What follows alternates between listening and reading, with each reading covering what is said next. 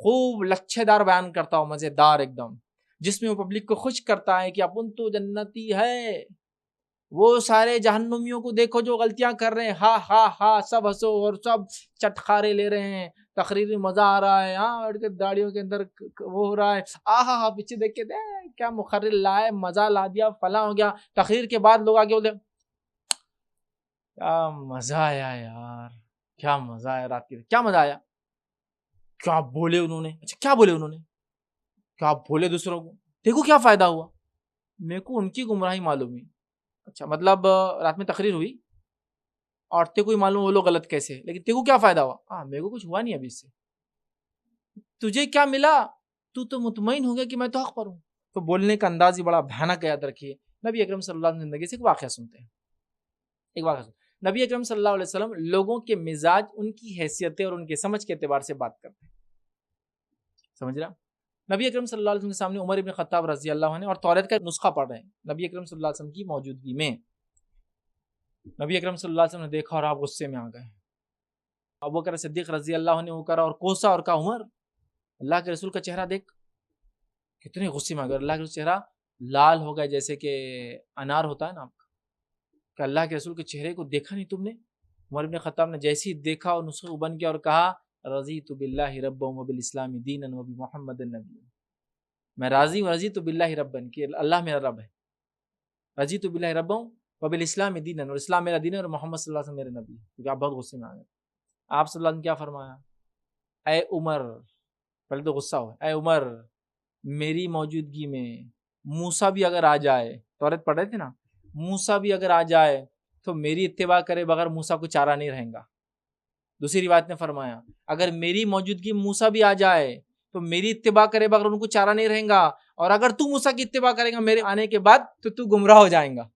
موسیٰ کی اتباع نہیں چلتی اللہ کے رسول کے آنے کے بعد۔ عمر بن خطاب نے نسخہ رکھ دیا۔ عمر بن خطاب سمجھدار انسان ہے، نبی کے بہت قریب ہیں، نبی کے کچھ بھی بولنے کے بعد بھی آپ دور نہیں ہونے والے نبی سے اور نزدیک ہونے، کیونکہ آپ نے جو دعا پڑھی یہ رضیت باللہ ربا، یہ دعا ایمان میں کمزوری کی دعا ہے۔ جس کو بھی ایمان میں کمزوری ہو، وسوسوں کی وجہ سے، کوئی وجہ سے، یہ پڑھ لینا چاہیے رضیت باللہ ربا وبالاسلام دین وبمحمد النبی، کیونکہ ان کو لگا کہ اللہ کے رسول یہ نہ سمجھ لے کہ میں توریت پڑھ رہا ہوں تو فوقیت دے رہا ہوں، مجھے فوراً پڑھ لیا، سمجھے آپ؟ یہ تھا آپ کا طریقہ سمجھانے کا۔ اب دیکھیے دوسرا واقعہ، اور دوسرا واقعہ بہت خطرناک ہے، لیکن آپ کا طریقہ دیکھیے اس میں۔ پہلے واقعے کے اندر یہ توریت پڑھ رہے ہیں، اللہ کے رسول ناراض ہوئے، چہرہ لال ہو گیا۔ دوسرا واقعہ سنیے، ایک اعرابی بدو آتا ہے مسجد نبوی میں، کہاں آتا ہے؟ مسجد نبوی، اور آگے پیشاب کرنا چالو کر دیتا ہے۔ کتنی خطرناک بات ہے، مسجد میں کیا کر رہا ہے؟ پیشاب۔ میں آپ کو چیلنج سے کہہ رہا ہوں، کوئی آدمی غلطی سے قبرستان پہ پیشاب کر دیں دیوار پہ، جان لے لے گا مسلمان اس کی۔ یہ مسجد نبوی میں سب سے دوسری محترم مسجد میں پیشاب کرتا ہے۔ نبی اکرم صلی اللہ علیہ وسلم کیا بولتے ہیں؟ صحابہ پل پڑتے ہیں، روایت میں آتا ہے ایسے اچھل جاتے ہیں، بھاگنے لگتے، آپ سے فرماتے رک جاؤ رک جاؤ، اس کو تکلیف مت دو، کیونکہ پیشاب جب شروع ہو جاتا ہے کرنا، روکوں گے تو کیا ہوں گا، اس کو تکلیف ہوں گی، تو کہا رک جاؤ رک جاؤ، اس کو تکلیف مت دو۔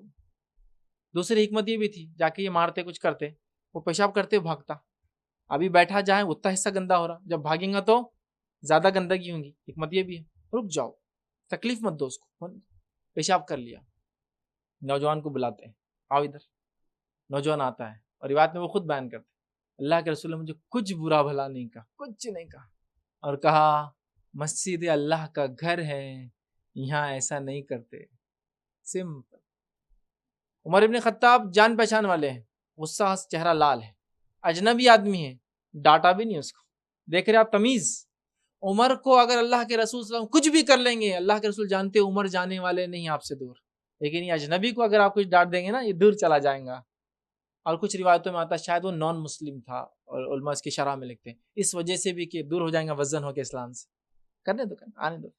اور آپ نے حکم دیا ایک ڈول پانی ڈال دو، ہو گیا مسئلہ، پتہ چل گیا آپ کو، پیشاب کر دے مسجد میں تو کیا کرنا ہے، ایک ڈول پانی بہا دے، پانی زیادہ ہے تو دھو دے اس کو، آج کل تو وائپر ہے، سب کچھ ہے، آسانی سے ہو جاتا۔ اب اللہ نہ کرے ہمارے مسجد میں کوئی نان مسلم چھوڑ دو، ایک مسلمان بیمار نے پیشاب کر دیا، کیا کریں گے اس کا حال؟ ہم مار ڈالیں گے اس کو، ہوتا ہے پریکٹیکل، میں نے دیکھا ہے، ایک صاحب تھے بیچارے، شوگر کے مریض تھے، نماز کو تو آ گئے، یا پھر شاید حس نہیں تھا ان کو، پیشاب نکل گیا ہوں گا، بیمار تھے، اچھا کچھ بھی ہو سکتا ہے، دیکھیے اب انسان ہے، پوری کی پوری مسجد پل پڑی، میں نے کہا پہلے تو آلریڈی شرمندہ ہے، کوئی بھی ایک مومن انسان مسجد میں پیشاب نہیں کریں گے، وہ پہلے ہی بیچارہ پریشان ہے، اس پہ تم لوگ یہ کر رہے ہو. جانے دو، ہم نے تو واقعہ پڑھا نا اللہ کے رسول کے زمانے میں ایک آدمی نے کیا تھا، بس اس واقعے پہ اس کو بھی وہ کر لو خیاس، بیچارہ مجبور ہوں گا، وہ تو بیچارے شاید غیر مسلم تھے وہ صحابی، یہ شاید وہ 1 سے 2 بار واقعہ ہوا وہ پیشاب کرنے والا. تو آپ دیکھ رہے ہیں اجنبی کا اور جاننے والے کا فرق اللہ کے رسول کیسا کر رہے ہیں. ایک بدو جو باہر سے آیا تھا اور ایک انسان جو آپ کے ساتھ تھا جو پڑھا لکھا، عمر ابن خطاب پڑھے لکھے تھے، ان کے خاندان کو اس لیے خطاب لکھنے والے کو بولتے ہیں، ان کے والد پڑھے لکھے انسان تھے، لکھتے تھے اس لیے ان کو خطاب کہا جاتا ہے. عمر ابن خطاب مطلب لکھنے والے کا بیٹا، لیکن ان کا نام بھی خطاب پڑ گیا تھا کیونکہ چند لکھنے والے 17-18 لوگ تھے مکہ میں، اس میں سے عمر ابن خطاب بھی ایک تھے اور ان کے والد بھی تھے. والد تو پہلے گزر گئے تھے ان کے، لیکن وہ بھی لکھنے والے تھے مکہ میں. سمجھ گیا؟ دیکھیے سمجھانے کا انداز کہ یہ انداز ہمارے مقرر اختیار کر رہے ہیں. یہاں تو انداز بیان صرف بھڑکانے والا، انگار لگاؤ بس جا کے کہاں ہے میرے کو یہاں بلا، تقریر بولے تو وہ کہ بڑا وہ ہے نا پیچھے ٹینکی لایا اس نے گیس کا، اور بس فر جتنی بڑی آنکھ لگا رہا، کیا تقریر ہے اور بڑی آنکھ، کیا تقریر ہے، بیوی کو شوہر سے الگ کر کے چلا گیا مسلک کے نام پہ، کیا تقریر تھی، واہ واہ واہ واہ. دین کے نام پہ آنکھیں نہیں کھولی، دین کے نام پہ آنکھیں بند کر کے جا رہا لوگ. تو انداز بیان بھی تو ہو یار، بیان کرنے کا انداز بھی نہیں. ہمارے اجتماع یاد رکھیے بھڑکانے کے لیے ہو رہے ہیں، سمجھانے کے لیے نہیں ہو رہے ہیں، اپنے آپ کو حق پر ثابت کرنے کے لیے ہو رہے ہیں، دوسروں کو گمراہ بتانے کے لیے ہو رہے ہیں، اپنی اصلاح کے لیے نہیں ہو رہے ہیں. جو لوگ بلا رہے ہیں دوسروں کی اصلاح کے لیے رکھے جا رہے ہیں، ان مقاصد کے تحت ہو رہے ہیں، اور اپنے آپ کو صرف ثابت کرنے کے علاوہ کچھ نہیں کر رہے. ہمارے مقرر حضرات اور ہمارے علماء حضرات یاد رکھیں آخر تک یہی مقصد ہے. اب آئیے ہمارے پاس جو ہے سمجھانے کے انداز کی دوسری مثال آپ کو دیتا ہوں. ہمارے پاس جو ہے سمجھانے کا انداز ایسا ہے کہ جو دھونس پر مبنی ہوتا ہے، لڑائی اور جھگڑے پر یاد رکھیے مبنی ہوتا ہے. ہمیں وہ چیزوں کو چھوڑ کر یاد رکھیے بہت اچھا جو ہے انداز اختیار کرنے کی ضرورت ہے. شعلہ بیان ہونا اچھی بات ہے، شعلہ بیان اس معنی میں کہ لوگوں کو ابھارا جائے دین کی طرف آنے کے لیے، شعلہ بیان اس معنی میں نہیں کہ لوگوں کو ایک دوسرے کے خلاف بھڑکایا جائے.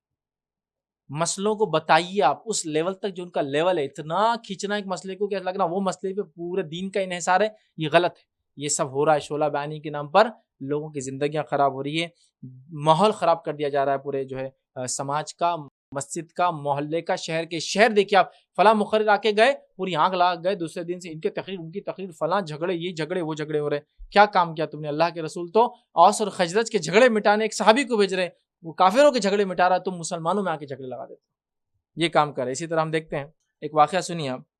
ایک صحابی تھے، نوجوان تھے اور صحرا کے رہنے والے تھے، گاؤں کے رہنے والے صاحب. گاؤں والوں کو بہت سارے ایٹیکیٹس وغیرہ، سماج میں کیسا رہنا تھوڑا مشکل ہوتا ہے، سمجھ رہے ہیں، مطلب شہری لحاظ سے. تو بہرحال ایک صحابی تھے جن کے تعلق سے آتا ہے، وہ خود اپنے بارے میں بیان کرتے ہیں، جن کا نام جو معاویہ بن حکم سلمی رضی اللہ عنہ آتا ہے. وہ کہتے ہیں کہ میں صحرا میں زندگی گزارنے والا ایک انسان تھا. میں مدینہ آ گیا ایک بار. اچھا میں مدینہ آیا تو میں نے نماز کا طریقہ تب دیکھا تھا جب نمازیں بات کر سکتے تھے. یاد ہے کہ ابتدا میں جب نماز آئی تھی کہ نماز میں صحابہ بات کرتے تھے، سلام وغیرہ بھی کرتے تھے، شروعاتی دور تھا. ان کو یہ نہیں پتا چلا کہ اب نماز میں بات کرنا حرام ہے، ممنوع ہو گیا ہے. اب وہ آ گئے، ان کے گاؤں میں جو طریقہ تھا آئے، کھڑے ہو گئے نماز میں. اب جب نماز میں کھڑے ہوئے تو ایک صحابی نے چیخ دی، تو انہوں نے ان کو جو ہے یرحمک اللہ بھی ان کو جواب دے دی. اب دوسرے صحابہ جو ساتھ میں تھے وہ مانڈی پہ ایک دوسرے کے شاید قاعدے میں تھے وغیرہ، ہاتھ ماننے لگے. اب یہ نماز کی حالت میں دیکھ رہے، گھرے کو سب صحابہ مطلب دیکھ رہے نا، تو کیا میں نے چیخ کا جواب دے دیا اور باتیں کرنا شروع، چونکہ ان کو نہیں پتا تھا کہ بات اب ممنوع ہو چکی. نماز ہوئی، نماز ہونے کے بعد سارے لوگ ان کو اتنی بری بری نظر سے دیکھنے لگے کہ بہت پریشان ہو گئے. اب وہ خود کیا بیان کرتے، وہ فرماتے پھر جب رسول اللہ صلی اللہ علیہ وسلم نے نماز مکمل کر لی تو میرے ماں باپ آپ پر قربان، یہ صحابی کرے، میرے ماں باپ آپ پر قربان، میں نے کوئی معلم نبی اکرم صلی اللہ علیہ وسلم سے بہتر تعلیم دینے والا ٹیچر نہیں پایا جو تعلیم دیتا ہے، ایجوکیٹ کرتے ہیں. لوگ تو گھر رہے تھے ان کو. آپ نے نہ مجھے جھڑکا، نہ مارا، نہ ڈانٹا، نہ برا بھلا کہا، بلکہ فرمایا نزدیک بلا کر یہ نماز ہے، اس میں لوگوں سے کرنے والی باتیں کرنا درست نہیں ہے، اس میں تو تسبیح، تکبیر اور تلاوت ہوتی ہے. تسبیح، تکبیر اور تلاوت ہوتی ہے، بس اتنا ہی کرنا، ہم باتیں نہیں کرنا، بس ختم. ایک بدو ہے، کیسے سمجھایا؟ ہمارے پاس امام صاحب ممبر پہ کھڑے ہیں، ایک آدمی آ گیا، بس پورے خطبے کے لیے ٹارگٹ مل گیا. آج کل کے نوجوانوں، بیچارہ اکیلا آیا، یہ کر رہے ہیں، دیکھو بیٹھا وہ ہاتھے کو بول رہا ہوں میں، فلاں کر رہے ہیں، یہ کر رہے ہیں. آپ کو حالت بھی نہیں معلوم ان کے وہ کیسے ہے. میں آپ کو بتاتا ہوں. میں ایک مرتبہ سفر کر کے ایک علاقے میں گیا تھا، نام نہیں بتاتا ہوں. کالج لائف کی بات ہے، جسٹ شاید BSc فرسٹ ایئر میں ہوں گا. کسی ہمارے دوست کے ایک بھائی کا انتقال ہو گیا تھا، تو تعزیت کے طور پہ ہم لوگ سفر کر کے گئے. سفر کی صحبت ہے اور نوجوان کو سفر کا آئیڈیا نہیں، تو بس صبح بس نکلے، ٹرین میں سوار ہو گئے اور چلے گئے 2-3 دوست مل کر. اب سفر میں سامان لینا، کچھ کپڑے، کچھ نہیں سوچے. اچھا کالج کی ینگسٹرز کیسے ہوتے ہیں، ٹوپی وغیرہ جنرلی جیب میں نہیں ہوتی ہے، نہ رومال نہ ٹوپیاں وغیرہ نہیں رکھتے عام طور سے. ٹھیک. اب بہرحال جب پہنچے تو جمعہ کا خطبہ چل رہا تھا اور ہم نے ابھی گھر نہیں پہنچے، سوچا نماز پڑھ کے ان کے گھر چل جائیں. خطبے میں جا کے بیٹھ گئے. اب خطبہ آلریڈی کیسا چل رہا تھا میں آپ کو بتاتا ہوں، اور اس پہ ہم لوگ پہنچ گئے تو نیا تماشا. خطبہ چل رہا تھا، لوگ اللہ کی راہ میں مال خرچ کرتے نہیں ہیں. عبد الغفور بھائی خطبہ ہے، جمعے کا خطبہ نام کے ساتھ. لوگوں کے گھر کی عورتیں بے پردہ جا رہی ہے. جبار سیٹھ یہ اصلاح ہے؟ ارے یہ تو رشتے برباد کرنے والی بات ہے، خاندان برباد کرنے والی بات. یہ طریقہ اصلاح جمعہ میں. اب اس میں ہم آ گئے. اب تو ماشاء اللہ تازے تازے 3 نوجوان، سافٹ ٹارگیٹ ایک دم. غفور بھائی اور جبار بھائی تو سنبھال لیتے ہوں گے، لیکن تو سافٹ ٹارگیٹ ہے. شروع. آج کل کے نوجوان بغیر ٹوپی کی نماز پڑھ رہے ہیں، بے شرم ہو گئے ہیں، یہ لوگ فلاں ہیں، دیکھو ابھی بھی نہیں پہنے، اتنا بولنے کے بعد میرے فلاں. اب ہم کو کہاں سمجھ رہا، ہم تو لائٹ لے رہے ہیں ان کو، ہم کو نہیں، ہم ٹارگیٹ ہے. اچھا ٹھیک ہے سمجھا. ڈائریکٹ ایسا سننے کے بعد آپ کو لگتا ہے وہ نوجوان اپنی اصلاح کریں گے؟ میں نے تو نہیں کی تھی، ایک دم پلینلی بول رہا ہوں، نہیں کی تھی. مجھے کوئی پرواہ نہیں تھی ان کے خطبے سے انہوں نے کیا بولا، اس کے اندر 10 بار ہی بولتے تو کوئی پرواہ نہیں ہوتی. نوجوان ایسی ہوتے ہیں، ان کی سوچ ایسی ہوتی. آپ اگر سمجھاتے بعد میں مل کے تو شاید کچھ ہوتا ہے، یا پھر کامنلی بولتے، ایسے نام لے کے ٹارگیٹ کر کے بولنا صحیح نہیں ہے. اس سے کوئی اصلاح نہیں ہوتی. یہ طریقہ بھی نہیں، نبوی طریقہ نہیں. نبی اکرم صلی اللہ علیہ وسلم کی جب کوئی چیز پتہ چلتی اور جمعے میں آپ کو بولنا ہوتی تو آپ کا اتنا بہترین طریقہ تھا، آپ خطبے میں بولتے کیا ہو گیا ہے، لوگ ایسا ایسا کر رہے ہیں، مجھے بتایا گیا ہے.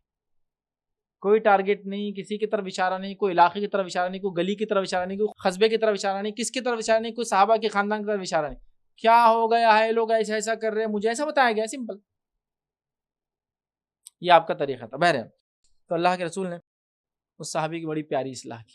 تو بولنے کا طریقہ یاد رکھیں. آج ہمارے مقرر جب جو ہے بیان کرتے ہیں، جیسا میں نے بات رکھا، تو وہ دوسرے مسلک، ان کی جماعت، ان کے مسائل کو ٹارگیٹ کرتے ہیں اور ان کو ذلیل کرنے کی پوری کوشش کرتے ہیں. جو جس کو جتنا ذلیل کرتا ہے وہ اتنا اونچا مقرر مانا جاتا ہے. جتنی زیادہ گالیاں دیتا ہے تقریر میں دوسری جماعت کو اور مسلک کو، وہ اتنا اونچا ہائی لیول ہائیلی پیڈ مقرر ہوتا ہے. جو جتنا زبردست انداز سے دوسروں کو ذلیل اور حقیر ثابت کرتا ہے اور اپنے آپ کو حق پر ثابت کرتا ہے، وہ اتنا بڑا 30 مار خان مقرر مانا جاتا ہے.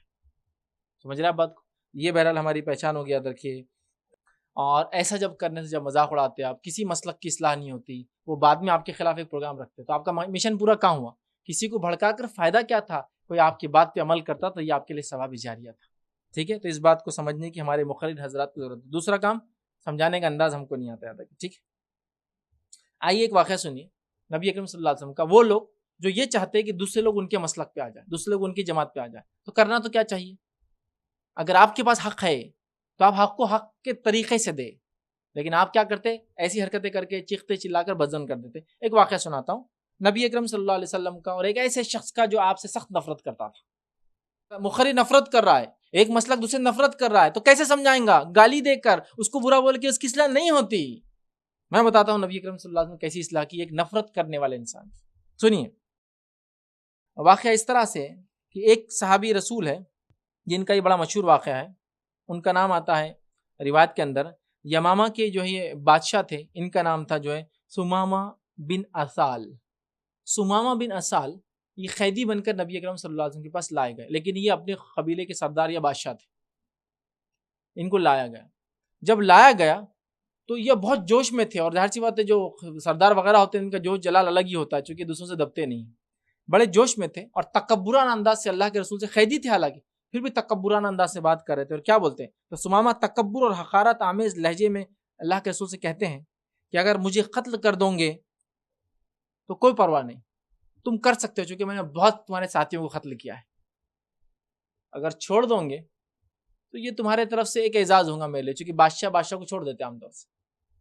دیکھیے بادشاہوں کو عام آدمی نہیں مارتا, ان کو پکڑا جاتا ہے اور ان کو لایا جاتا ہے, ان کے فیصلے الگ ہوتے ہیں. تو وہ کیا کہتے ہیں تکبر کے ساتھ, اگر تم مجھے قتل کر دو گے محمد صلی اللہ علیہ وسلم تو کوئی بات نہیں, بہتوں کو قتل کیا میں نے تمہارے ساتھیوں کو, تکبر کے انداز سے, مطلب ماروں گے تو آلریڈی میں مار چکا ہوں اتنے لوگوں کو.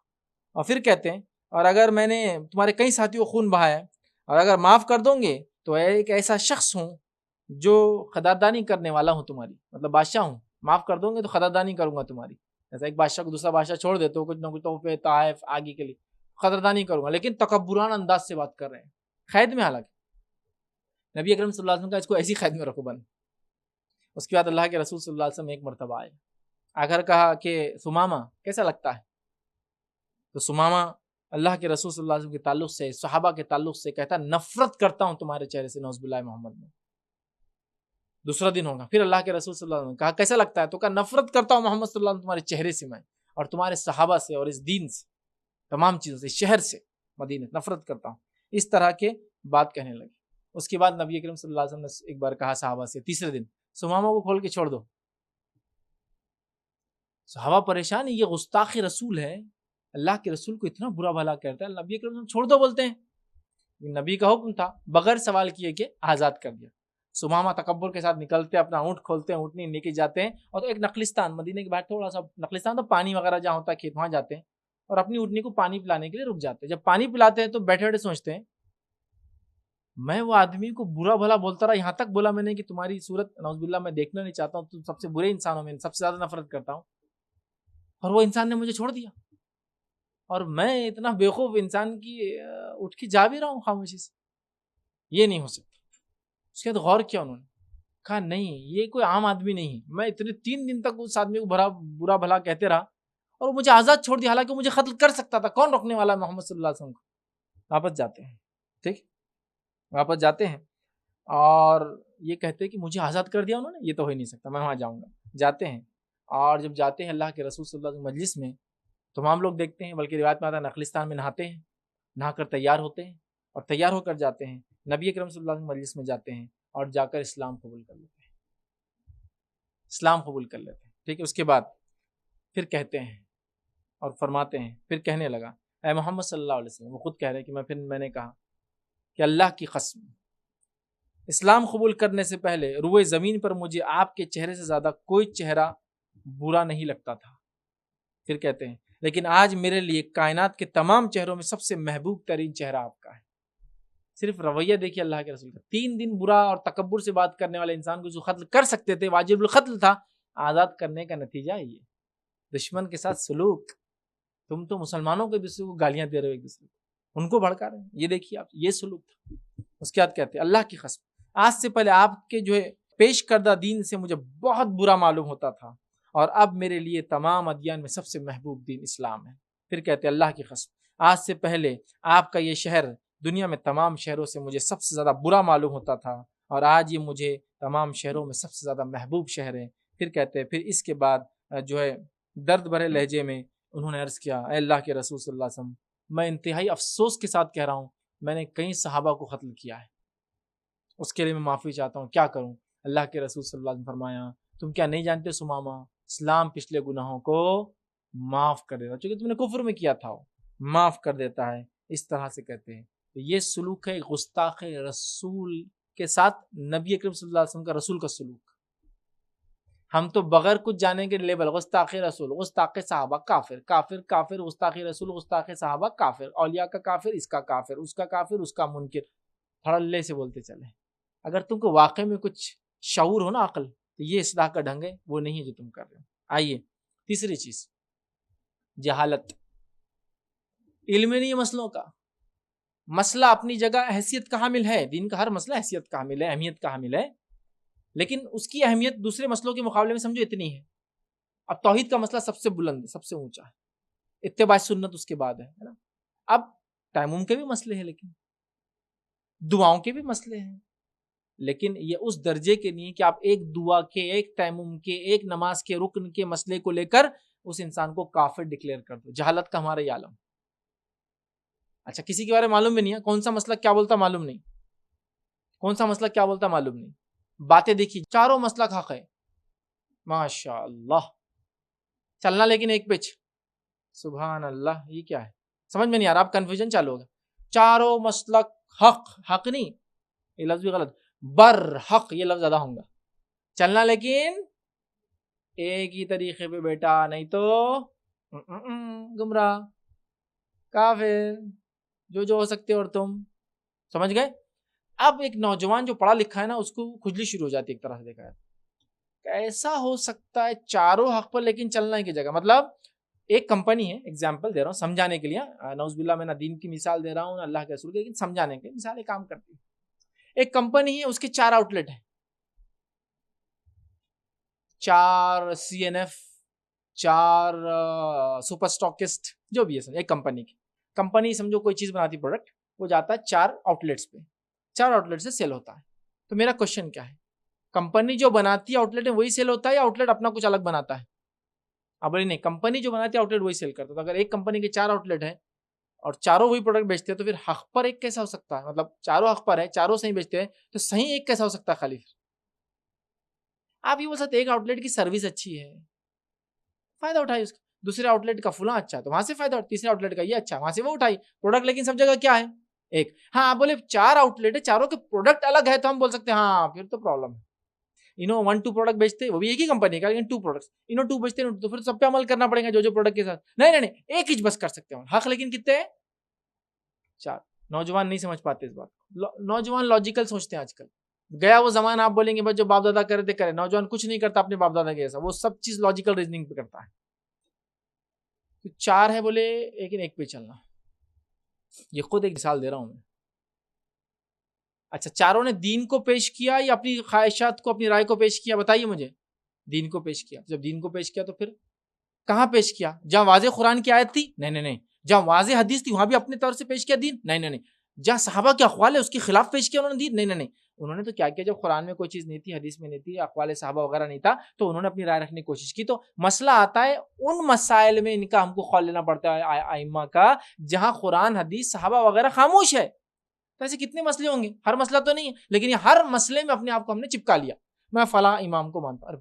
کیا ہے یہ کوئی ضروری ہے کہ ہاں آپ یہ بولے کہ فلاں مسئلے میں امام کو مانتا ہوں، لیکن فلاں مسئلے وہ امام کو میں مانتا ہوں، چونکہ اگر ایک ہی کمپنی سب نے لیا ہے تو ایک ہی پروڈکٹ ہے سب کے پاس، فلاں مسئلے میں فلاں کا قول لیتا ہوں، فلاں مسئلے میں فلاں امام کا قول لیتا ہوں، اور 4 ہی امام تھوڑی اس امت کے پاس، ماشاءاللہ یہ امت کے پاس تو اماموں کی ایک تعداد ہے، ہاں مشہور 4 ہے، حدیث کتنے کتاب ہے 6، مشہور 6 ہے، سمجھ رہا؟ فرشتے کتنے 4، ارے 4 بڑے فرشتے ہیں، سمجھ رہا بات؟ ایسا نہیں ہے، بہت ہے۔ تو یہ تمام معاملات ہو رہے یاد رکھیے، ایک دوسرے پہ الزام لگا رہے ہیں۔ اچھا جہالت صرف عوام میں نہیں ہے، سب سے پہلے جہالت مولویوں کی ہے،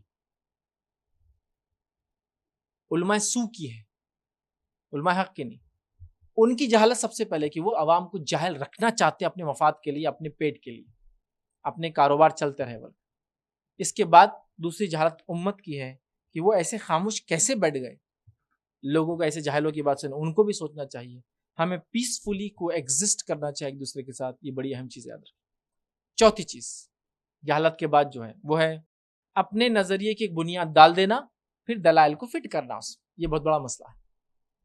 دیکھیے ایک مثال دیتا ہوں، میں نے ایک جماعت بنائی، ایک تحریک بنائی، ایک ادارہ بنایا، ایک دعویٰ سینٹر کھولا، کون سے زمانے میں؟ سمجھ لیجئے 1950 میں، اس لیے کھولا کہ 1950 میں ایک پرابلم چالو تھا، وہ پرابلم کو ٹیکل کرنے میں نے ایک دعویٰ سینٹر، دعویٰ جماعت ٹرسٹ جو بھی بنایا اور تحریک چالو کر دی۔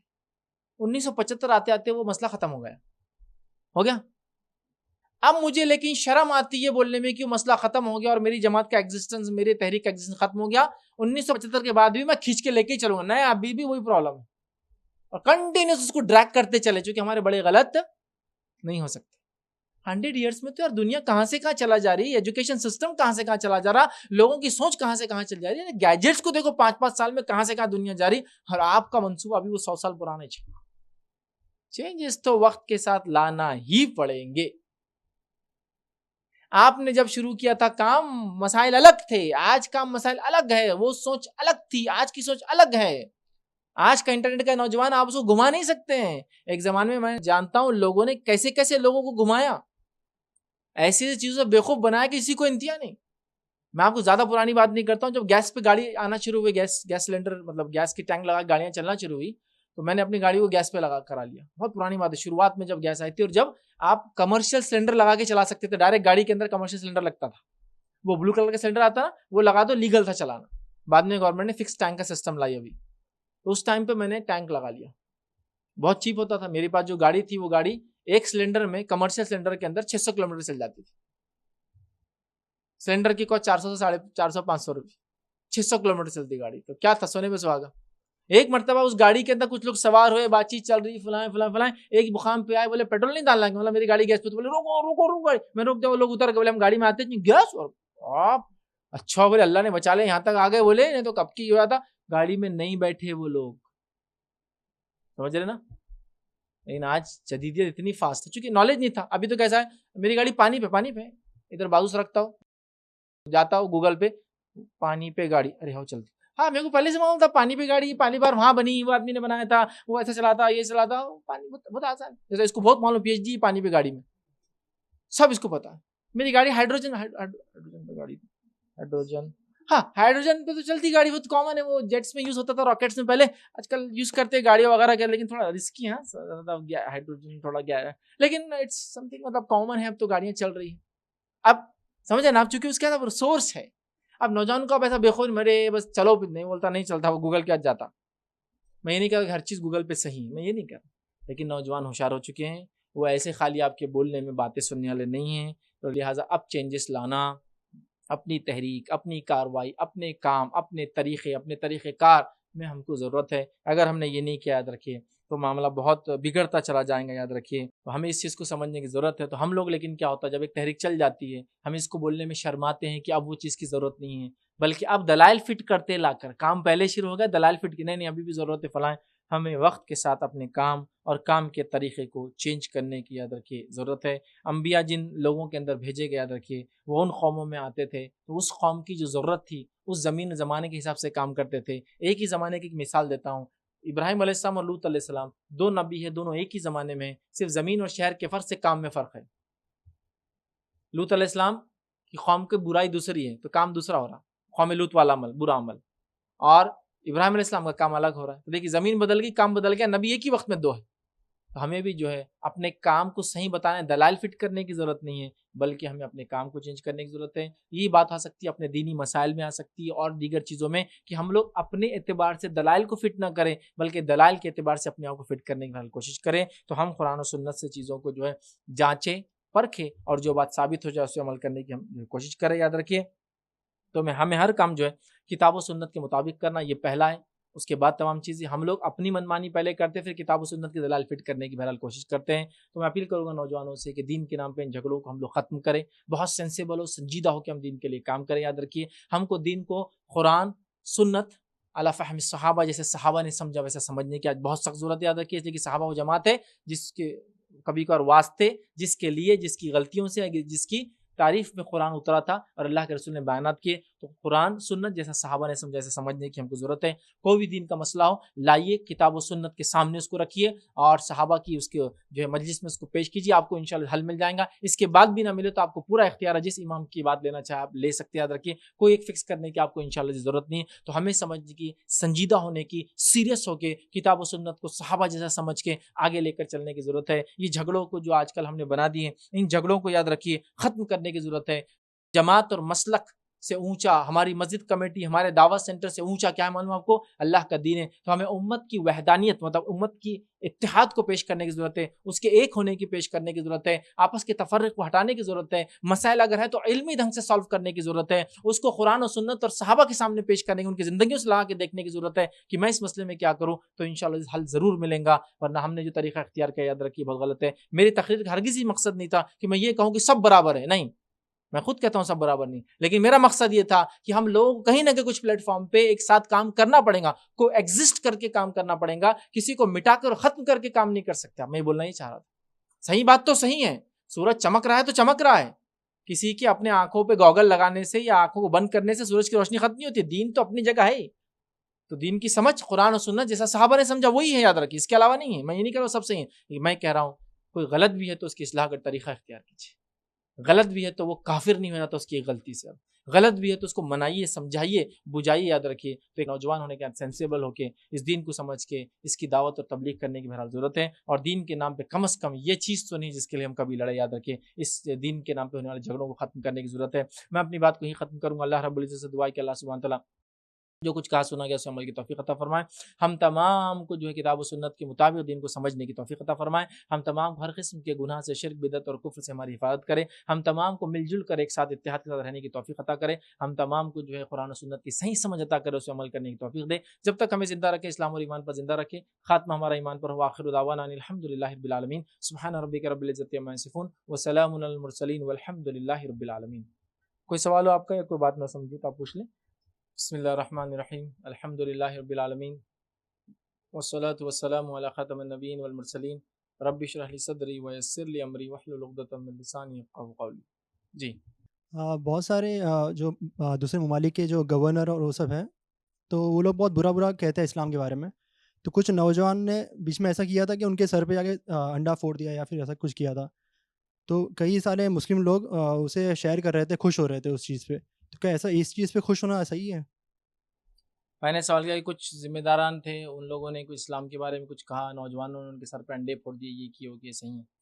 دیکھیے میں ایسا سمجھتا ہوں آج کل جہالت بہت عام ہے, اور مسلمانوں میں خود جہالت اتنی زیادہ عام ہے تو نان مسلم میں تو اسلام کے بارے میں جہالت اور بھی عام ہوں گی, کامن ہوں گی. مطلب مسلم خود اسلام کو نہیں سمجھتے تو نان مسلم تو اور بھی نہیں سمجھتے. اگر وہ جہالت میں نان مسلم ایسا کوئی کام کر دے رہے ہیں جس کام سے مسلمانوں کو ٹھیس پہنچے, حالانکہ انہوں نے کرنا نہیں چاہیے لیکن ہو جا رہا ہے, تو میں سمجھتا ہوں اس اپارچونیٹی کو یوں یوز کیا جائے کہ دعوت اسلام کے لیے اس کو موقع بنا دیا جائے کہ بھائی آپ نے ایسا ایسا مذاق اڑایا, ہم چاہتے ہیں آپ ایک بار یہ دیکھیں. اور میں سمجھتا ہوں بہت زیادہ دور جانے کی ہم کو ضرورت نہیں ہے. کئی ایسے واقعات یورپ کے اندر ہیں جن سینیٹرس نے, جو ایم پیز ہوتے سمجھ انڈیا میں, وہاں سینیٹرس ہوتے سمجھے ان کی پارلیمنٹس میں, اسلام کا مذاق اڑایا تھا, مسجد نہ بنانے کے لاس پاس کیے تھے, مسجد کے مینار نہ بنانے دیے جائے اس کے بارے میں لا پاس کیے تھے. الحمدللہ ان میں سے کئی لوگ ایمان لائے ہیں جنہوں نے اس بل کو پاس کرنے مکمل مدد کی تھی. تب تو کیا انہوں نے جوش میں اسلام کے خلاف, لیکن جب لوگوں نے بتایا مسجد ہوتی کیا ہے وہ تو دیکھ لو, چلو ٹھیک ہے تم نے لا پاس کر دیا, مینار نہیں بنے گا, مسجد کو نہیں بنے گا, لیکن دیکھ تو لو. جب دیکھا تو آج خود مسلمان ہے. سبحان اللہ. مطلب یہ تو ایسی کوئی چیز نہیں کہ 100 سال پہلے ہوا تھا ان کے نسل ایمان لائے, وہ انسان جس نے یہ کارنامہ انجام دیا تھا آج مسلمان. کئی لوگ جنہوں نے مسلمانوں عورتوں کو پردے کے بین کے لیے ورک کیا یورپ کے اندر, کئی اس میں سینیٹرز, ایم پیز, اب تو خیر الیکشن میں نہیں ہے, اب تو ختم ہو گئے, ایکس ایم پیز ہو گئے وہ, لیکن آج بشرف اسلام ہوئے سے اس واقعی وجہ سے اسلام پڑھا, آج اپنے عمل کے لیے معافی چاہتے ہیں مسلمان. تو میں کہوں گا سب سے پہلے جہالت چونکہ عام ہے, ہم لوگ کیا کریں, حق بات بچانے کی کوشش کریں. ہم لوگ بہت سارے واقعات سیرت کے پڑھتے ہیں. سیرت میں جن لوگوں کو سزا دی گئی نبی کے خلاف بولنے پہ, دین کے خلاف بولنے پہ, وہ اس لیے تھی کہ ان کے پاس حق آنے کے بعد بھی انہوں نے کفر کیا تھا. یہ لوگ میرے حساب سے کافر نہیں ہیں, اس لیے کہ یہ نان مسلم ہے, کافر نہیں ہے. حق کا انکار نہیں کہ حق معلوم ہی نہیں سرے سے. تو میں کہوں گا اس چیز کو ایک اپارچونیٹی مانی جائے, زبردست زرین موقع مانا جائے اسلام کو پیش کرنے کا. اسی بہانے اسلام پیش کیجیے انشاءاللہ. میں سمجھتا ہوں یہ بینیفٹ زیادہ فائدے مند بنسبت ان کی کوئی ایکشن لینا, پھر وہ اور سمجھیں گے میں نے صحیح کیا, پھر ان کی جماعت, ان کی ٹیم, ان کی پارٹی اس میں ایکشن لیں گی, پھر ان کے یوز انوالو ہوں گے. چھوٹا سا ایک واقعہ کو مسلم نوجوان کریں گا, کہیں دوسرے علاقے میں دوسرے مسلمانوں کو اس کا خمیازہ بھگتنا پڑے گا. تو حکمت تو یہ ہے کہ ان کو دعوت اسلام دی جائے. اس اپارچونیٹی, اس واقعے کو لے کر, اس میں جس کو کہیں گے نا ایک تھریٹ کو اپارچونیٹی کریٹ کر دیا آپ نے, مطلب ایک نقصان میں ایک فائدے کی چیز آپ نکالیے کیجیے. ہو سکتا ہے جو اتنے شد اور مت سے اسلام کے خلاف بات کر رہا ہے, کل ہو سکتا ہے اسلام کو جانے, پڑھے, سمجھے, اور پھر ہو سکتا ہے ماننے لگے. یہ زیادہ بہتر ہوگا انشاءاللہ. السلام علیکم. میرا سوال یہ ہے کہ دیکھا جاتا ہے جب ریورٹ ہوتا ہے کوئی انسان, یا پھر ابھی ابھی اس نے پریکٹسنگ چالو کی ہے اسلام کی, تو اسپیشلی جب لڑکیوں میں بات آتی ہے, تو وہ ابھی ابھی اس نے حجاب کرنا اسٹارٹ کیا ہے, یا پھر وہ پہلے کم کپڑے پہنی تھی, ابھی وہ فل کپڑے پہننا اسٹارٹ کر دیے, مطلب تھوڑا تھوڑا وہ پروگریس کر رہی ہے. لیکن آج کل کے جو ہم لوگ دیکھتے ہیں سوسائٹی میں, یا پھر سوشل میڈیا پہ ہی دیکھتے ہیں, لوگ ایسے لوگوں کو انفلوئنس کرنے کی بجائے وہ لوگ بیڈ انفلوئنس کرتے ہیں ان کو, اور کہتے ہیں تم یہ نہیں کرتے تم مسلمان ہو ہی نہیں سکتے, یا پھر ان کے اوپر اتنے بلیمس لگائے جاتے ہیں کہ وہ واپس اسی دور میں واپس چلنا چاہتے ہیں کہ جب وہ پریکٹس نہیں کرتے تھے وہ سکون میں تھے, جب ان کو کوئی بولنے کے لیے نہیں تھا. اب وہ تھوڑا تھوڑا کرنے لگے تو سب ان کے اوپر تہمت لگاتے. تو یہ اس کو کیسے ٹیکل کرنا چاہیے؟ دیکھیے سوال آیا کہ کوئی انسان ہے جو اپنے آپ کو تبدیل کر رہا ہے، خاتون ہے اور وہ کپڑے کم پہنتی تھی اب زیادہ پہنتی تھی، انشاءاللہ پھر بعد میں وہ برقع پردہ بھی کریں گے، لیکن وہ جو فیز میں جو بیچ میں ابھی چل رہی ہے اس فیز میں لوگ آ کر بیچ میں ارے تم تو ہی نہیں کرے، تم تو سچے مسلمان ہو نہیں سکتے، تم تو پردہ نہیں کرے بولتے ہیں۔ میری شروع سے اس معاملے میں ایک عادت رہی اور میں سب کو ہی سمجھاتا رہا، جیسا کچھ خواتین اوپر بھی آتی تھی لیکچرز کے لیے تو وہ بغیر پردے کی آتی تھی، لوگ بولتے تھے یا دوسری لیڈیز ان کو ٹوکتی تھی، میں ہمیشہ بولتا تھا ان کو ٹوکو مت، ہم نہیں جانتے، پہلا ہو سکتا ہے نان مسلم ہوں گی، پازیٹیو یہ نان مسلم بھی آتے لیکچر سننے ہمارا، سیکنڈ نو مسلم ہوں گی، نیو مسلم، تھرڈ گھر پہ بغیر بتایا کہ آئیں گی نیو مسلم ہے، ظاہر سی بات یہاں آئیں گی تو کوئی پردہ تھوڑی کر سکتی اسپیشل، فورتھ ہو سکتا ہے اس کا شوہر ظالم جابر ہوگا، مسلم تو ہے لیکن پردہ نہیں کرنے دیتا، ففتھ ہو سکتا ہے اس کی فیملی والوں نے اس کو ایسا رکھا پھر بھی وہ دین سیکھنے آ رہی، اینی تھنگ ہو سکتا ہے، بی پازیٹیو۔ ففتھ سکستھ یہ ہو سکتا ہے کہ وہ اصلاح کے پیریڈ میں بالکل بے پردہ تھی، اب ایک انٹرمیڈیٹ پیریڈ میں دھیرے دھیرے پھر نالج گین کریں یار کل نالج گین کریں گے پھر دین پہ عمل کریں گے۔ ہم لوگ وہ پازیٹیوٹی کھو چکے ہیں، ایک دوسرے کے بس خلاف بات کرنے میں، دیکھتے برا سمجھنے میں، بہت مطلب امیزنگ ہم اسٹیپس لیتے یاد رکھیے، بہت بڑھ چڑھ کر اس میں حصہ لیتے رہے، اور خاص طور سے جو شعار ہے نا، پہچان والی چیزیں ہیں، علامتیں ہیں، ان علامتوں کے بیسس پہ تو اتنا ڈفرینسیشن ہو جاتا ہے کبھی کبھار کہ وہ مارنے مرنے تک چلا جاتا ہے معاملہ، سمجھے آپ؟ علامتیں ہیں لیکن علامتیں دین دار ہے بول کے اظہار نہیں کرتی، علامتیں کچھ نہ کچھ تو بتاتی ہے کہ انسان کے، لیکن وہ دین دار ہونے کا دعویٰ نہیں، چیلنج نہیں کہ کوئی عورت پردہ کرتی تو دیندار ہی ہوں گی، کوئی آدمی کو داڑھی تو دیندار ہی ہوں گا، نہیں، علامتیں ہیں وہ صرف، لیکن علامتوں کو دین سمجھنے میں بہت بڑا مسئلہ ہوتا ہے، اسپیشلی اپیئرنس کے معاملے میں جو آپ نے سوال کیا لیڈیز کا، سٹارٹنگ دور میں ابھی کم کپڑوں سے پورے کپڑے پہننا، پھر ابھی برقع بھی نہیں پہن رہی ہو، یہ بہت بڑا مسئلہ ہے۔ ہم کیا کریں، علامتیں اپنی جگہ ہے، ان کا امپورٹنس ہے، لیکن ٹائم دینا لوگوں کو سنبھلنے کا، سمجھنے کا، سدھرنے کا، اپنی اصلاح کرنے کا۔ ہمارا معاملہ صرف تھوپنے کا ہوتا ہے، فوراً الزام لگا دیتے ہیں، ایسا آپ نے کہا مسلمان ہی نہیں، یہ بہت بڑا مسئلہ ہوتا ہے۔ ہاں مقرر کبھی کبھار جوش میں بولتے ہیں کہ وہ خاتون مسلمان نہیں ہو سکتی جو پردہ ہے، وہ اس کا معنی ہے کہ ساری سہولتیں ہونے کے بعد بھی وہ بیچاری پردہ نہیں کرتی، لیکن حالات، زمین، زمانہ، معاشرہ، سب کچھ آپ کو دیکھنا پڑتا ہے، یاد رکھیے وہ تمام چیزیں مل کر ہی کسی چیز کی طرف ہم جا سکتے، تو لہٰذا بھی پازیٹیو، وسعت رکھیے اپنے ذہن میں اور اس کی اصلاح کیجیے۔ آپ یہ پوچھ سکتے ہیں فرسٹ ٹائم آپ ایسا کرتے ہیں کیوں کرتے ہیں، میں بھی اس کے پاس جینوین ریزن وہ کوٹ کرتا، سمجھ رہے ہیں بات؟ ایسا ہوتا، میں ایک چھوٹی سی مثال دیتا ہوں، بڑی اہم مثال ہے، کسی جگہ یہ واقعہ ہوا تھا، یورپ وغیرہ کہیں کا جہاں سردی کافی ہوتی ہے، واقعہ یوں ہے کہ ایک آدمی جو امام تھے مسجد کے، وہ طہارت خانے سے نکلے اور جا کے سیدھا نماز کے مصلی پہ کھڑے ہو گئے۔ ایک نوجوان وہ حرکت دیکھ رہا تھا، اس نوجوان نے جا کے مسجد کمیٹی سے کمپلین کر دی کہ امام صاحب طہارت خانے سے نکلے اور جا کے مصلی پہ سیدھا کھڑا ہو نماز پڑھانے کے لیے۔ انکوائری کی گئی، سی سی ٹی وی کیمرہ نکالا گیا، انکوائری صحیح نکلی، طہارت خانے سے نکلے، سیدھا مصلی پہ کھڑے ہو گئے، امام صاحب کو نکال دیا گیا جاب سے، بغیر وضو کے نماز نہیں ہوتی نا، صحیح بات، نکال دیا گیا، پوچھا نہیں کیا ان سے زیادہ کچھ، نکال دیا گیا بس۔ اب ہوا یہ کہ یہ نوجوان کہتا ہے 10 سال گزر گئے میری زندگی کے، مجھے ایک اسکن ڈیسیز ہو گیا پیر پر جس میں پیپ وغیرہ بھر جاتا تھا، تو میں نماز کو آیا تو کہیں باہر سے آ رہا تھا تو سوچا پیپ وغیرہ صاف کر لیتا ہوں، لیکن میں باوضو تھا، میں ٹوائلٹ میں گیا اور میں نے اپنی مانڈی وغیرہ صاف کر لی پیپ، اور باہر نکل کے نماز کو کھڑا ہو گیا جا کے۔ جب میں نماز پڑھ کے فارغ ہوا تو زمین میرے پیروں کے نیچے سے نکل گئی کہ میں بھی طہارت خانے سے باہر نکلا اور نماز کے لیے آ گیا، لیکن میں پہلے سے وضو سے تھا۔ امام صاحب کے ساتھ بھی ایسا ہوا ہوگا، دیکھیے تو کلک ہوا، گڑبڑ ہوئی کچھ نہ کچھ، وہ بھی تو طہارت خانے سے نکلا، وضو سے تھا وہ، لیکن طہارت خانے میں وہ پیشاب کے لیے نہیں گیا تھا، پیخانے کے لیے نہیں گیا تھا، کیوں گیا تھا؟ اس کا زخم صاف کرنے۔ وہ وہاں سے نکلا، فوراً انکوائری کیا کہ وہ امام صاحب کہاں رہتے تھے، کیا تھا، یہ تھا، چونکہ اس کو لگا بہت بڑی غلطی ہوئی اس سے۔ دیکھیے پازیٹیوزم بہت فائدہ دیتا ہے آپ کو، طہارت خانے سے نکلنے کے بعد بھی انسان نے پیشاب نہیں کیا ہوگا، سوچنے میں کیا جا رہا ہے یار، اگر نماز کو کھڑا ہوا تو مومن بھائی وضو کے ساتھ ہی ہوں گا ہمارا۔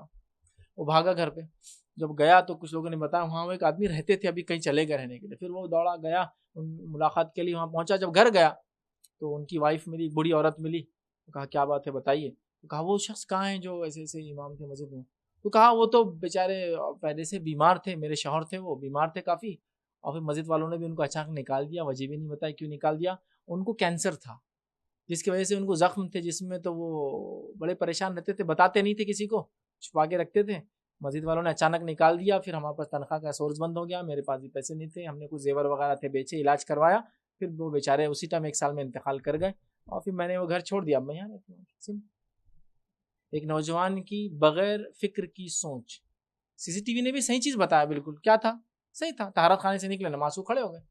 بٹ ہر آدمی طہارت خانے میں اس کے لیے نہیں جاتا کہ وہ پیشاب اور پیخانہ کرے. خاص طور سے ہمارے پاس طہارت خانے بولے تو وہ ایک فرشی لگی ہوئی رہتی, تو پیچھے سب دکھ جاتا کیا کرے. لیڈیز کو ہوشیار معلوم نہیں ہوتا, مسجد کے طہارت خانے اور بیت الخلاء 2 ڈفرنس ہوتا مسجد کے اندر. طہارت خانے کو دروازہ نہیں ہوتا, اس میں سے پیشاب کرتے رہو. بیت الخلاء کو دروازہ ہوتا ہے, پیشاب پیخانہ دونوں کر سکتے ہیں. انڈیا میں ڈفرینسیشن ہے. ایک مرتبہ میری والدہ نے دیکھ لی, ایک مسجد کے پاس سے گزرے تھے, کتنے غریب لوگ رہتے, بولے اپنے محلے میں اپنے کو نہیں معلوم. مطلب کیوں؟ بولے اس کو دروازہ نہیں, جاؤ پیسے لو, دروازہ لگاؤ. بولے طہارت خانے, مطلب وہ طہارت خانے کا دروازہ نہیں لگاتے ہو, اسی لیے تو کھلے ہو لوگ, پیخانہ نہیں کرنا بول کے اس میں سے پیشاب کرنا, مینٹین نہیں ہو پاتے نا. اچھا مجھے لگا بولے اپن محلے میں رہتے اور اپنے محلے میں اتنی غریب لوگوں کی مسجد. غریب نہیں ہے, اور لیڈیز کو پتہ نہیں ہوتا نا, سمجھ رہے ہو. لیکن یورپ وغیرہ کے اندر یاد رکھیے, آپ کو طہارت خانے کو اوپن نہیں ملتے, وہ اندر ہی رہتے کلوز ڈورز. تو وہاں حمام بھی ہوتا ہے, واش بیسن لگا ہوا ہوتا ہے, آئینہ ہوتا ہے, آپ جا کے منہ دھو سکتے ہیں, وضو بھی اندر کر لے سکتے چاہے تو, بہت سہولتیں ہوتی. ہر آدمی طہارت خانے میں وضو کے لیے نہیں جاتا. اور اگر کوئی ایسی جگہ مار اور زخم ہو جو ظاہر سے پبلک کے سامنے نہیں کھول سکتا, اور ران پہ ظاہر سے تو کسی زخم ہو تو پبلکلی تو نہیں کھول سکتا. ہاں ٹخنے گھٹنے تک کھول سکتا آدمی آرام سے, ہاتھ پہ کہیں تو کھول لے, باڈی پہ ہے تو مرد تو وہ بھی کھول کے وہاں کر لے سکتا, پبلکلی ٹریٹمنٹ لے سکتا. عورت تو نہیں کر سکتی. اور اگر کوئی ایسی جگہ جو اور پارٹ ہے اس کا, ایسا ناف سے لے کر گھٹنا, تو چھپ کے کریں گے. دیکھ رہے آپ, تو نیگیٹیوٹی, منفی سوچ کتنا نقصان دیتی. تو میں بھی اپنے ہر دینی بھائی کے تعلق سے بہت پازیٹیو رہوں یار, جب تک کہ واقعی میں اس کے نیگیٹیوٹی سامنے نہیں. یہ پازیٹیوزم آپ کو بہت فائدہ دیں گا, بہت فائدہ دیں گا. میں نے لوگوں کو دیکھا, لوگ مالدار ہیں, سب کچھ ہے, لیکن ان سے اگر 2 بات کرے تو رونا شروع کر دیتے ہیں, کیونکہ بولتے کوئی بات کرنے والا نہیں ہمارے ساتھ. سمجھا, 2 مسئلے ان کے حل کر دیے جن کو لگتا ہے ان کی زندگی سنوار دی آپ نے.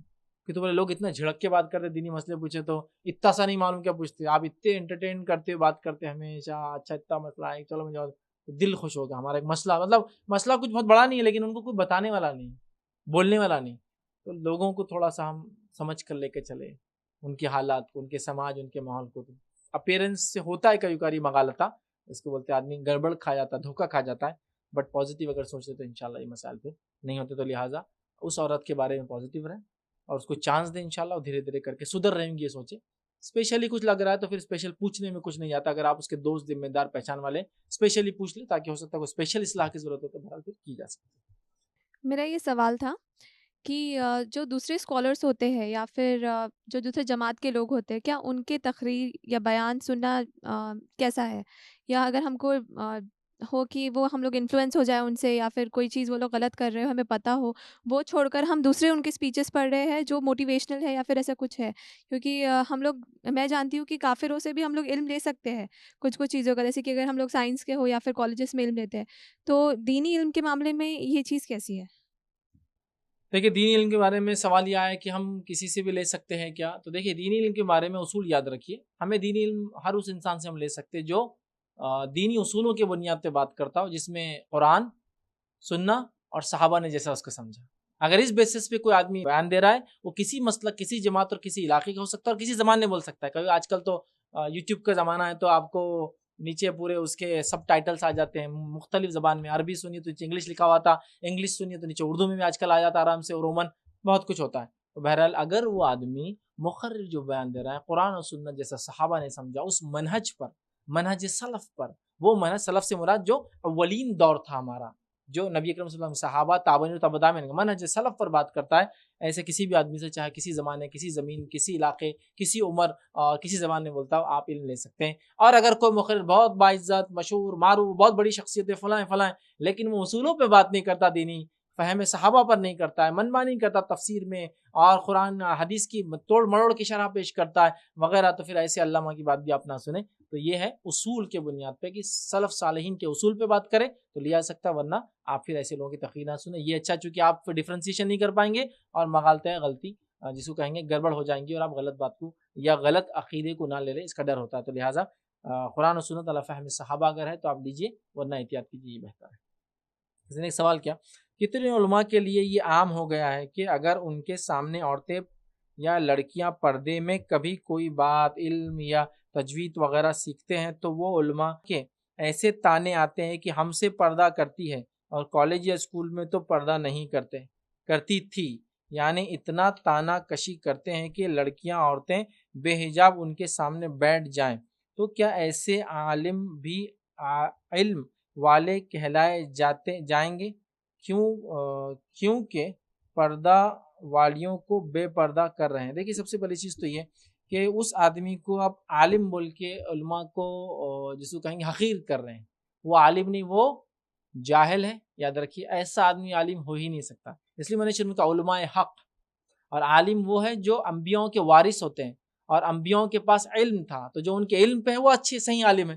تو یہ تو عالم ہی نہیں بیچارہ، یہ تو غریب ہے، یہ تو جاہل ہے، یہ تو جس کو ہم کہیں گے جاہلوں میں بڑا جاہل ہے، جو اس طرح کی بات کرتا ہے کہ کالج میں جاتے تو تم پردہ نہیں کرتے، میری عربی کلاس یا تجوید میں آ رہے تو پردہ کر رہے ہیں۔ یہ تو مسلمان عورتوں کو بے پردہ کرنے پہ تلا، یہ تو شیطان کا بھائی ہے، یہ تو شیطان کا بھائی۔ یاد رکھیے ایسے شیاطین سے نہ آپ علم حاصل کریں نہ کچھ کریں، ان سے دور رہیں، چونکہ ان کا مقصد کسی کا چہرہ دیکھنا ہے، کسی کا جسم دیکھنا ہے، علم دینا نہیں ہے، تو لہٰذا ان سے دور رہیں۔ میں یہی مشورہ ایسے لوگوں کو دے سکتا ہوں، فوراً بھاگ جائے ایسے لوگوں سے، یہ بہت خطرناک ثابت ہوتے ہیں، یاد رکھیے۔ اور کئی واقعات میں ایسے جانتا ہوں، بہرحال بہت ساری بار لوگ کہتے ہیں بیان نہیں کرنا چاہیے، صحیح بات ہے، بہت سارے مسائل ہوتے ہیں، لیکن ایسے لوگوں کو جانتا ہوں جو قرآن، دین، تجوید کے نام پر عورتوں کا مال، دولت، افیئرس اور عزتیں بھی لوٹ چکے ہیں، یاد رکھیے۔ لہٰذا پھر اوائڈ کرے ایسے لوگوں کو، خاص طور سے یہ تو بہت ہی گھنونا آدمی جس سے بھی علم حاصل کرے، کوئٹ کر دے ایسے لوگوں کو، یہی سب سے بہترین چیز ہے۔ خوابوں کی تعبیر کا پوچھنا کیسا ہے؟ کیونکہ کئی علماء خوابوں کی تعبیر کے طریقے سے بھی عورتوں کے ساتھ یعنی کھیلتے ہیں ان کے مزاج کے حساب سے، یعنی خوابوں کی تعبیر میں پھر اس میں ہی عورتوں کا یعنی مزاج بن جاتا ہے کہ جو خوابوں کی تعبیر سامنے والے بتا رہے بس اسی گمان میں ہے، یعنی پھر عقیدے سے بھی ہٹ جا رہے ہیں کتنے سارے۔ تو کیا ہے اس کی حقیقت؟ یعنی خوابوں کی تعبیر کسی سے پوچھنا ضروری ہے یا نہیں؟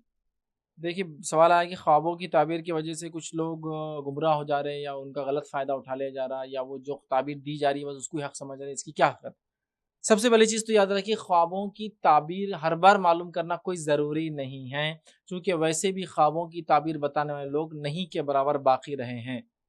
خوابوں کی تعبیر بتانا ہر کسی کے بس کی بات نہیں ہے، چونکہ خواب جو ہے یہ حق ہوتے ہیں، اور خواب نبوت کا 40واں حصہ بیان کیا گیا ہے، وہی کا مطلب وہ جس کو کہیں گے مکسڈ فارم، مجموعہ ہے، اس کے اندر کچھ بات صحیح ہوں گی، کچھ بات غلط ملت ہوں گی، یاد ہے، لیکن اس میں حقیقتیں ہوتی ہے، خواب سچے ہوتے ہیں، لیکن ہر خواب کو معلوم کرنا ضروری نہیں ہے، اور ایسا بتانا ہر کسی کے لیے ممکن نہیں ہوتا۔ لیکن میں جانتا ہوں ہر عورت کو خواب دکھ رہا، وہ خواب جاننا چاہتی ہے، وہ دوسرے سے پوچھتی ہے، اور ہر آدمی خواب بتا رہا ہے۔ لوگ مجھ سے بہت سے بارے سوال کر ٹاپ موسٹ جو کوشچن مجھ سے آتے ہیں اس میں سے یہ خواب کی تعبیر، اور الحمدللہ میں نے کبھی اس کا جواب نہیں دیا، چونکہ بہت پیچیدہ علم ہے، ہر آدمی بات نہیں کر سکتا اس مسئلے کے اوپر، یاد رکھیں اس میں آپ سمجھ میں نہیں پاتے ہیں چیزوں کو، اتنی پیچیدگیاں ہوتی، اتنا فرق ہوتا ہے، زمین، زمانہ، حالات، ماحول، معاشرہ، آدمی، موسم، سب کچھ ڈیپینڈ ہوتا ہے اس میں۔ اب اندازہ لگائیے آپ خواب کی تعبیر کیا کریں گے؟ آپ ٹرین کے نیچے کچھ لے جا رہے ہیں، نبی اکرم صلی اللہ علیہ وسلم میں ٹرین تھی نہیں، کیسے تعبیر کریں گے اس کی؟ ہے نا، سگنل پہ رکے ہوئے، ہر روز جا رہے آپ سگنل پہ رکنا پڑا، ہر روز جا رہے سگنل پہ، خواب آ رہا آپ کو روز کہ سگنل پہ رکنا پڑا، سگنل پہ، آپ کیا کریں گے؟ کیا سمجھیں گے اس کو؟ اتنا آسان نہیں ہوتا ہے، کیونکہ خواب، زمین، زمانہ، حالات، سائیکلوجی الگ ہوتی ہے انسانوں کی، سمجھ رہے آپ؟ تو لہٰذا اتنا آسان نہیں خوابوں کی تعبیر کرنا، لہٰذا میں یہی کہوں گا خوابوں کی تعبیر بتانے والے کم ہیں، تو عورتیں خواہ ہر خواب کی تعبیر پوچھے بھی نہ، اس لیے کہ بتانے والے لوگ نہیں ہیں، اور بہت ساری بار اسی چکر میں پھنس جاتے ہیں اور یہ سمجھتے ہیں خواب میں جو ہو رہا وہ ہوگا۔ خواب کی تعبیر اتنی مختلف ہوتی ہے، اتنی حقیقت سے ہٹ کر ہوتی ہے، اسی کو امتحان۔ نبی اکرم صلی اللہ علیہ وسلم فرماتے ہیں مجھے جو ہے خواب میں جو ہے مجھے دودھ دیا گیا، میں نے اس دودھ کو پیا، ٹھیک، اس کے بعد میں نے دودھ وہ عمر کو دیا اور عمر نے پیا، اور وہ دودھ عمر نے پیا تو عمر کے ناخنوں سے وہ دودھ نکلنے لگا باہر۔ صحابہ نے کہا یہ تعبیر کیا ہے؟ تو کہا علم۔ اب دیکھیے دودھ کہاں اور علم کہاں، کتنا حقیقت سے پرے، کیا ان میں مماثلت ہے، کیا اس میں یکسانیت ہے، کامن کیا ہے اس میں دودھ میں اور علم میں؟ سمجھ رہے کتنا ڈفرنس۔ ایک روایت آتی ہے کہ اللہ کے رسول صلی اللہ علیہ وسلم فرما رہے ہیں کہ میں نے رات میں خواب میں صحابہ کو دیکھا کہ کچھ کپڑے پہنے تو جن کے کپڑے سینے تک ہیں، کچھ کے کپڑے جو ہے ان کے گھٹنوں تک ہے، کچھ کے کپڑے جو ہے ان کے پیروں تک ہے، اور عمر کا کپڑا اتنا لمبا ہے کہ عمر اس کو ہاتھ میں لے کے چل رہے ہیں یا گھسیٹ کے چل رہے ہیں۔ تعبیر پوچھی کہ کیا ہے؟ تو کہا علم۔ اب دیکھیے ٹخنوں سے نیچے کپڑے پہننا حرام ہے مردوں کے لیے، خواب میں دکھ رہا عمر کے کپڑے ٹخنوں سے نیچے کا لڑ رہے ہیں پیچھے۔ تعبیر دین کتنا حقیقت سے کتنا پرے ہے نا، کیا خواب کیسا عجیب ہے، تعبیر کتنی اس کی عجیب، ایسی تعبیرات ہوتی خواب کی۔ تو یہ ایک بہت جس کو بولتے ہیں ایک آسان علم نہیں ہے، لہٰذا میں گزارش یہ کروں گا کہ خواہ مخواہ ہر آدمی سے نہ پوچھے، کوئی اگر واقعی اتنا جید عالم ہے جو جانتا ہے خوابوں کی تعبیر پوچھ سکتے ہیں. ہر خواب کی تعبیر ہونا ضروری بھی نہیں ہے اور ہر خواب صحیح ہونا ضروری بھی نہیں ہے, اس بات کو بھی ہم سمجھیں. کسی نے سوال کیا کہ گھر والوں کی اصلاح کیسے کریں؟ اگر انہیں کچھ بات بتائی جائے تو وہ کہتے ہیں کہ تم کیا نیا لا رہے ہو, ہم تو بچپن سے ایسا ہی کرتے آئے ہیں. دیکھیے بہرحال بچے جب بڑوں کی اصلاح کرتے ہیں تو یہ بہت کامن پرابلم ہے کہ بچوں کو بڑے کہتے ہیں کہ یہ کیا نیا لائے, ہم تو بچپن سے کرتے چلے آ رہے ہیں. لیکن کسی عمل کو بچپن سے کرتے چلے آنا کیا اس کے حق ہونے کی دلیل ہے؟ بتائیے. کسی ایک عمل کو بچپن سے کرتے چلے آنا کیا اس کے رائٹ ہونے کا یہ ریفرنس ہے؟ نہیں. کسی بھی کام کے صحیح ہونے کی دلیل قرآن اور سنت اور صحابہ کی سمجھ پر ہے. آپ پرکھ لیں. تو اگر بچہ بول رہا ہے یہ غلط ہے تو آپ اس کو دلیل مانگیں, دلیل وہ دے دے تو بات مان لے, نہ دے سکے تو بولے پھر ہم جو کر رہے ہیں وہ کریں گے. لیکن ہمارے پاس ایک اصول ہے, بچے کبھی بھی صحیح نہیں ہو سکتے. صرف صحیح کون ہوتا ہے؟ بڑے لوگ. یہ کوئی اصول ہے کہ مجھے بتائیے. ایک بچہ ہے وہ بولا آگے گڑھا ہے, اور بچے صحیح نہیں ہو سکتے, چلو گاڑی لے چلو, اور جا کے اندھے پڑے گر گئے. بولے یار بچہ صحیح بول رہا تھا, اس میں بچہ دیکھ رہا ہے گڑھا ہے, تو اب آپ کیوں نہیں مان رہے اس کی بات؟ دلیل ہے نا, اس کے پاس پروف دے رہا ہے, دیکھو, ماننا چاہیے. تو بچے اور بڑے کی تمیز اصل نہیں ہے, تمیز ہے علم کی جو دیا جا رہا ہے. تو اگر علم وہ صحیح دے رہا ہے بچہ اور آپ بچپن سے بھی کر رہے ہیں, چھوڑ دیجیے اس عمل کو, چھوڑ دیجیے اس عمل کو. اور اگر بچہ کوئی بات کہہ رہا ہے غلط ہے, اس کو اصلاح کر لیجیے. بڑا کوئی بات کر رہا ہے بچے کو, بچہ اپنی اصلاح کر رہا ہے. بچہ کوئی بات کر رہا ہے بڑے کو, بڑے اپنی اصلاح کر لے. یاد رکھیے بڑے اور چھوٹے کی تمیز نہیں ہے اسلام میں, حق کی تمیز ہے. یاد رکھیے حق مطلب صحیح اور غلط کی تمیز ہے. تو صحیح بات جو بھی کہے دلائل کے ساتھ, اصولوں کے ساتھ تو مانی جا سکتی, چاہے بچہ ہو یا بڑا ہو. یہ کہنا کہ ہم پہلے سے کر رہے تو کوئی دلیل نہیں بنتی. یاد رکھیے ورنہ مشرکین مکہ تو پتہ نہیں کتنے صدیوں سے بتوں کی عبادت کر رہے تھے, اور وہ یہی کہہ رہے تھے کہ ہم تو اتنوں سے کر رہے ہیں, ہم غلط تھوڑی ہو سکتے. یہ کوئی اصول نہیں ہے. یاد رکھیے. میرا یہ سوال تھا کہ آپ نے بتایا کہ عمر بن خطاب جب تلاوت کر رہے تھے توراہ کی, تب حضور صلی اللہ علیہ وسلم ان سے ناراض ہو گئے تھے. تو کیا ابھی یہ ٹائم پہ ہم لوگ اگر بائبل پڑھ رہے ہیں یا پھر تورات پڑھ رہے ہیں یا پھر ہندوازم کے کچھ بکس پڑھ رہے ہیں علم حاصل کرنے کے لیے, تو کیا یہ صحیح ہوگا یا غلط ہوگا؟ اور اگر صحیح بھی ہے اور ہم اگر اسے پڑھ کے تھوڑا بہت انفلوئنس ہو جا رہے ہیں وہ چیزوں میں, یا ہمیں خوف ہے کہ ہم وہ تبدیل نہ کر لیں, وہ ریلیجن میں نہ چلے جائے, تو کیا کرنا چاہیے یا نہیں کرنا چاہیے علم کی بنیاد پہ؟ دیکھیں نبی اکرم صلی اللہ علیہ وسلم کا عمر ابن خطاب رضی اللہ عنہ سے ناراض ہونا توریت پڑھنے پر وہ اس وجہ سے تھا کہ نبی موجود ہے تو ہدایت کا ذریعہ تو موجود تھا, اور ان کے سامنے توریت پڑھنا یہ غلطی تھی. سمجھا؟ وہاں مسئلہ تھا کہ حضرت عمر کیا کر رہے ہیں, نبی موجود اور واز کر رہے ہیں اور کوئی توریت پڑھ رہا ہے, کتنا بڑا مسئلہ ہے. اس وجہ سے ناراض ہوئے تھے, توریت پڑھنے پر نہیں ہوئے تھے. وہ توریت کس کے سامنے اور کس اللہ کے رسول واز کر رہے اور کوئی توریت پڑھتا کھڑا ہے, پرابلم تو ہے وہاں. اس وجہ سے تھے, ورنہ عموماً اگر لوگوں کو دین سمجھانے کے لیے پڑھا جائے تو اس میں انشاءاللہ عزیز کوئی حرج نہیں سمجھانے کے لیے. لیکن اگر کوئی متاثر ہو رہا ہے اس سے, فوراً اس کو چھوڑ دے, نہ پڑھے, اس کے لیے بہتر ہے. پھر وہ قرآن حدیث پڑھے, دعوت کے لیے اتنا بھی انشاءاللہ کافی ہے. لیکن آپ اور بھی کام کرنا چاہتے ہیں مضبوطی کے ساتھ تو ایک علم فائدہ دیتا ہے, بٹ ایسا لگ رہا ہے انفلوئنس ہو جائیں گے, احتیاط کیجیے, نہ پڑھے, پھر انشاءاللہ وہی بہتر ہے. فیض بھائی فرض نماز گھر میں پڑھ سکتے ہیں کیا اپن ایسی حالت میں جیسے کہ 7:10 کو اگر مغرب کی جماعت ہے اور 7:20 ہو گیا, اپنے کو معلوم کہ اب جماعت اپنے کو مسجد میں ملیں گی نہیں, تو اس شکل میں اپن فرض نماز گھر میں پڑھ سکتے ہیں کیا؟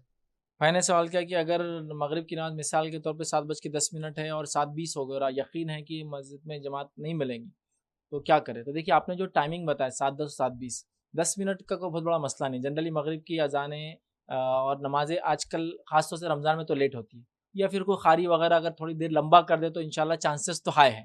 تو کوشش کریں کہ آپ مسجد چلائیں اس نیت سے کہ آپ کو جماعت ملیں گی. اور جب ایک انسان مسجد میں جماعت کی نیت سے داخل ہوتا ہے, حدیث میں الفاظ آتا ہے اس کو جماعت نہ بھی ملے تو جماعت سے نماز کا ہی ثواب ملتا, پہلا کیس. لیکن سمجھ لیجیے مثال 7:10 کو مغرب کی اذان ہوئی اور 7:20 ہو گئے, اب یہاں تو ایکسپیکٹنسی بہت کم ہے کہ 20 منٹ تک کوئی جماعت چلیں گی, تو لہٰذا تب بھی آپ مسجد ہی جائے, چونکہ آپ کو مسجد جا کے نماز پڑھنے کا ثواب زیادہ ملے گا. اس لیے کہ فرض نماز جب صحابہ وغیرہ کی چھوٹتی تھی یہ دیکھا گیا وہ مسجد جا کے اس کو پڑھا کرتے تھے, یاد رکھے. تو لہٰذا مسجد ہی جائے, یہ پریفریبل ہے. لیکن چھوٹی اس وجہ سے تھی کہ مجبور تھے, بیمار تھے وغیرہ, تو پھر تو وہ مسئلہ نہیں. لیکن اگر آپ صحت مند سب کچھ ہے تو آپ مسجد ہی جائے, یہ سب سے بیٹر چیز ہے, یاد رکھیں انشاءاللہ. فرض نماز میں جب اپن علامہ باعث بینی اور ایک سجدے سے جب اٹھی کے بعد علامہ اغفر لی اور ہم نہیں پڑھتے, تو فرض نماز میں پڑھ سکتے کیا, کہ خالی سنت میں پڑھ سکتے دعائیں؟ ہاں, یہ علامہ باعث بینی اور بینا جو ہے تو, اور ایک سجدے کے بعد جو دعا پڑھتے علامہ اغفر لی, تو یہ فرض میں پڑھ سکتے ہیں. دیکھیے نماز کے اندر اس کی ابتدا میں اور اس کے درمیان میں بہت ساری دعائیں ہیں، تو بالکل آپ وہ دعائیں نفل میں پڑھ سکتے ہیں، موقعہ میں پڑھ سکتے ہیں، اور فرائض کے اندر بھی آپ کو ٹائم ملا تو دعاؤں کو انشاءاللہ پڑھ سکتے ہیں۔ اگر کسی کو قرآن حدیث کے یعنی درس میں چلنے کے لیے کہے، دعوت دیے آؤ، تو وہ لوگوں کے یعنی الفاظ ایسے رہتے کہ تم نہیں گمراہ ہو جا رہے، ایسی جگہ جا رہے یعنی گمراہ ہے، اور تم لوگ یعنی قرآن حدیث والے بولتے لیکن ہر بات میں بحث کرتے، یعنی انہیں اپن کوئی چیز میں سمجھائے قرآن حدیث کی بات سے تو وہ لوگ یعنی سننے کو راضی نہیں ہیں، بولتے کہ بحث نہیں ہے اسلام میں، آگے یعنی کچھ بولو نہیں۔ تو کس طریقے سے اصلاح کرنا ہے ایسے لوگوں کی؟ لیکن سوال یہ ہے کہ جب قرآن حدیث کی طرف بلایا جاتا ہے تو لوگ بولتے ہیں کہ آپ گمراہ ہیں اور یہ صحیح نہیں ہے۔ دیکھیے یہ بات تو الگ ہی ہے، کوئی بھی انسان جب کسی چیز کا دعویٰ کرے تو پروف کرے۔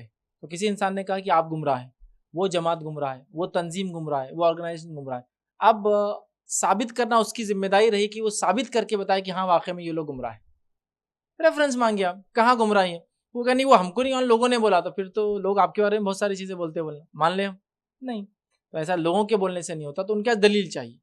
دلیل ہے تو ایک الگ بات ہے، اور دلیل نہیں ہے صرف منمانی ہے کہ ہر آدمی دوسرے کو ڈکلیئر کر رہا ہے کہ غلط ہے۔ یہ ہماری امت کا آج کا سب سے بڑا مسئلہ ہے، ہر آدمی وداؤٹ ریفرنس، وداؤٹ دلیل، یا دلیل بھی ہے تو منمانی دلیل، توڑی مروڑی ہوئی دلیل کی بنیاد پہ ایک دوسرے کو رد کریں۔ لہٰذا کوئی بھی کسی گمراہ کہنے سے پہلے احتیاط کرے، اور اگر کہتا ہے تو پھر پروف پیش کرے، وہ پورے پیش کرے۔ آپ پیش نہیں کریں گے میں حق پہ ہوں، وہ پیش کریں گے کہ ہماری گمراہی کیا ہے، آپ اس کو دیکھیں، اس کو جانچیں، واقعی میں اگر جنوین وہ کچھ بول رہے ہیں تو ٹھیک، اور نہیں بول رہے تو ان کی اصلاح کرنے کی کوشش کریں۔ اسی پہ اپنی بات کو ہم ختم کریں گے۔ وآخر دعوانا الحمدللہ رب العالمین، سبحان ربک رب العزۃ عما یصفون، وسلام علی المرسلین، والحمد للہ رب العالمین۔